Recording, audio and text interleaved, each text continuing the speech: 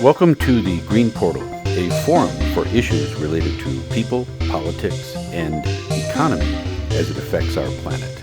Today, we're going to discuss a word you may have heard, but not really understood: neoliberalism. It is a bit of an anachronism in that it is not new, and it is assuredly not liberal in the way that most of us progressives understand that term.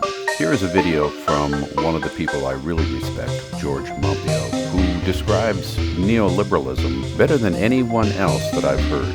Check it out.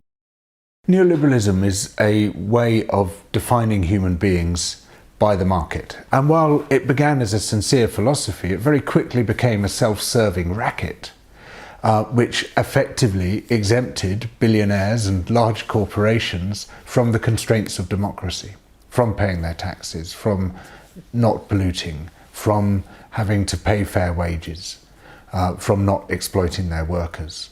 One of the things that neoliberalism wants to get out of the way is democracy. In some respects, it's been absolutely overt about that. Friedrich Hayek, in The Constitution of Liberty, saw democracy as an impediment to the freedom of the very rich. When he visited Chile under Pinochet, he said he would rather live in an economically liberal dictatorship than in a democracy without economic liberalism. Neoliberalism has provided the ideological framework that justifies the sweeping away of the power of people and its replacement with the power of money and the power of corporations, which is an organised form that money takes.